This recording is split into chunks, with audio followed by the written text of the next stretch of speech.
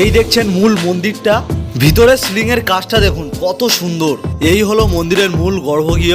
এইদিকে সব এরকম সাই বাবার ফটো দেওয়া রয়েছে। মন্দিরের বাইরে এখানে ডালার দোকান রয়েছে। আজ আমি চলে এসেছি সোদপুর সাই বাবার মন্দিরে। তো এই মন্দিরে আপনারা কিভাবে আসবেন, এখানে কবে ভোগ প্রসাদ দেওয়া হয়, মন্দিরের টাইমিং কি রয়েছে, সবকিছু থাকছে আজকের এই ভিডিওর মধ্যে। তো চলুন ভিডিওটি শুরু করা যাক। তো সোদপুর যাওয়ার জন্য আমি শিয়ালদা স্টেশনের নর্থ সেকশনে চলে এলাম। শিয়ালদা স্টেশনের 3 নম্বর প্ল্যাটফর্মে দাঁড়িয়েছিল 8টা 30-এর কল্যাণী সীমান্ত লোকাল। তো এই ট্রেনে করে আজ আমি যাব সোদপুর। এছাড়াও শিয়ালদা স্টেশন থেকে আপনারা আরও অনেক ট্রেন পেয়ে যাবেন যেগুলো সোদপুর স্টেশন হয়ে যায়। এছাড়া বনগাঁ, হাসানাবাদ, দত্তপুকুর, বারাসাতের দিক থেকে যারা আসবেন তারা দমদম জংশনে নেমে ওখান থেকে ট্রেন চেঞ্জ করে নিলে আপনারা সোদপুর স্টেশনে পৌঁছে যাবেন। সোদপুর রেলওয়ে স্টেশন থেকে আমি এখন বেরিয়ে এলাম। সোদপুর রেলওয়ে স্টেশনের 1 নম্বর প্ল্যাটফর্ম থেকে বেরিয়ে আসলে এই টিকিট কাউন্টারের সামনেই দেখতে পাবেন অনেক এখানে টোটোর মতন দেখতে এরকম গাড়ি স্ট্যান্ড এখানে রয়েছে। এখান থেকে এই গাড়ি করে আপনারা সাই বাবার মন্দিরের সামনে পৌঁছে যাবেন এবং এখান থেকে আপনাদেরকে সাই বাবার মন্দিরের সামনে যেতে ভাড়া পড়বে। আপনারা যদি একজন যান তাহলে 40 টাকা পড়বে এবং আপনারা যদি দুজন যান 20 টাকা করে পড়বে। তো গাড়িতে করে আসলে আপনাদেরকে এই জায়গাটায় নামিয়ে দেবে। সামনেই রয়েছে গ্রেট ত্রিকোণমিতিক সার্ভে টাওয়ার, এর সামনেই আপনাদেরকে নামিয়ে দেবে। এই টাওয়ারের পাশেই রয়েছে সোদপুর সাই বাবা মন্দির। একদম মেন রোডের পাশেই রয়েছে এই দেখছেন মন্দিরটি। মন্দিরে পুজো দেওয়ার জন্য এখান থেকে আপনারা ডালা পেয়ে যাবেন। আর পুজো দেওয়ার জন্য এখানে দেখতে পাচ্ছেন পরপর অনেকগুলো ডালা এবং ফুলের মালার দোকান রয়েছে। এখান থেকে আপনারা আপনাদের সামর্থ্য অনুযায়ী পুজোর জন্য ডালা কিনতে পারবেন। আর এখানে ডালা মূল্য শুরু হচ্ছে 50 টাকা থেকে। এবং আপনারা যদি চান সাই বাবার ফটো, মূর্তি এখান থেকে আপনারা কিনতে পারবেন, সেগুলো এখানে রয়েছে। তো চলুন মন্দিরের মধ্যে প্রবেশ করা যাক। মন্দিরের সামনে জুতো রেখে প্রবেশ করে গেলাম মন্দিরের ভিতরে। মন্দিরের সামনে রয়েছে মস্ত বড় একটা লোহার গেট, যার মধ্যে রয়েছে অসাধারণ ডিজাইন করা।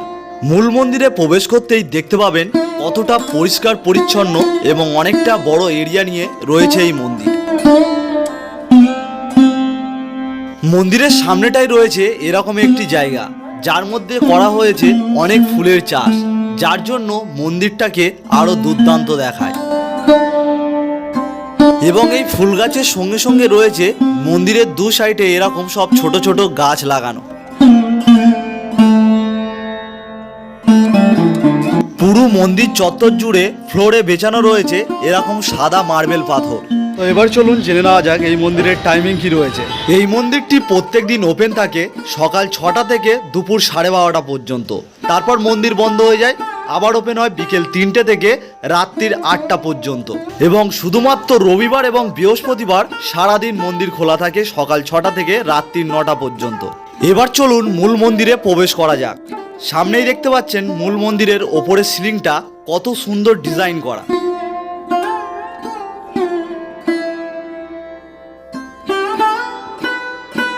এবং এখান থেকে সাই বাবার মূর্তিটাকেও খুব সুন্দরভাবে দেখা যাচ্ছে। এবং যারা সাই বাবার কাছে পুজো দেবেন ভাবছেন, সামনেই দেখতে পাচ্ছেন এই রেলিংটা। এই রেলিংটা ঠিক যেমনভাবে গিয়েছে আপনারাও ঠিক এইভাবে গিয়ে মূল মন্দিরের গর্ভগৃহতে প্রবেশ করতে পারবেন। আর সামনেই দেখতে পাচ্ছেন সাই বাবার সেই সুন্দর মূর্তি। এই সাই বাবা একজন ভারতীয় আধ্যাত্মিক গুরু ছিলেন। এনাকে হিন্দু মুসলিম উভয় ধর্মের মানুষই এনাকে শ্রদ্ধা এবং ভক্তি করতেন। মূল মন্দিরের দেয়ালে আপনারা দেখতে পাবেন সাই বাবার অনেক ফটো এখানে রয়েছে। তো চলুন এবারে জেনে নেওয়া যাক এই মন্দিরের ভোগ প্রসাদ কবে পাওয়া যায়। এখানে শুধুমাত্র বৃহস্পতিবার এবং রবিবার সন্ধ্যা আরতির পরে এখানে ভোগ প্রসাদ দেওয়া হয়। যত ভক্তগণ এখানে আসেন সবাইকেই দেওয়া হয় এই ভোগ প্রসাদ। এবারে আপনাদেরকে জানিয়ে রাখি এই মন্দিরের আরতি টাইম কখন কখন রয়েছে। তো সকাল 6টায় রয়েছে, দুপুর 12টায় রয়েছে, সন্ধ্যে 5:30টায় রয়েছে এবং রাতের সন্ধ্যা আরতি হয় সন্ধ্যে 7:30টায়। আর মন্দিরের ভিতরে এখানে দেখছেন জলের ব্যবস্থাও রয়েছে। এখানে আপনারা এখানে হাত মুখ ধুতেও পারবেন।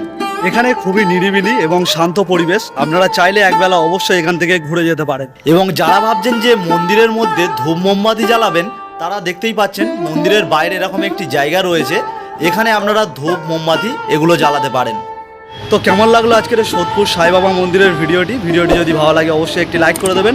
আর এরকম ভিডিও পেতে আমার চ্যানেলটিকে সাবস্ক্রাইব করে রাখবেন।